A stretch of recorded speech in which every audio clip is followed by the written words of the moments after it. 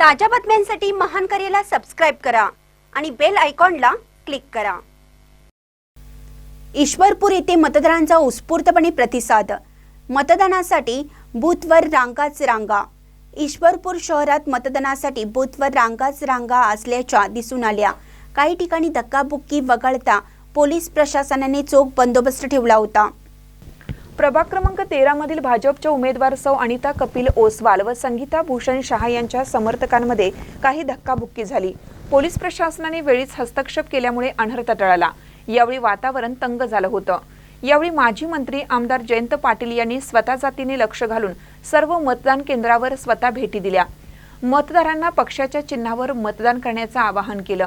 प्रभाग क्रमांक 6 चे अधिकृत उमेदवार पुष्पलता खरात व LN शहा तसेच प्रभाग क्रमांक 13 चे माजी नगरसेवक कपिल ओसवाल व अनिता ओसवाल यांनी आम्ही मतदान केले, तुम्ही पण मतदान करा असे आवाहन केलं।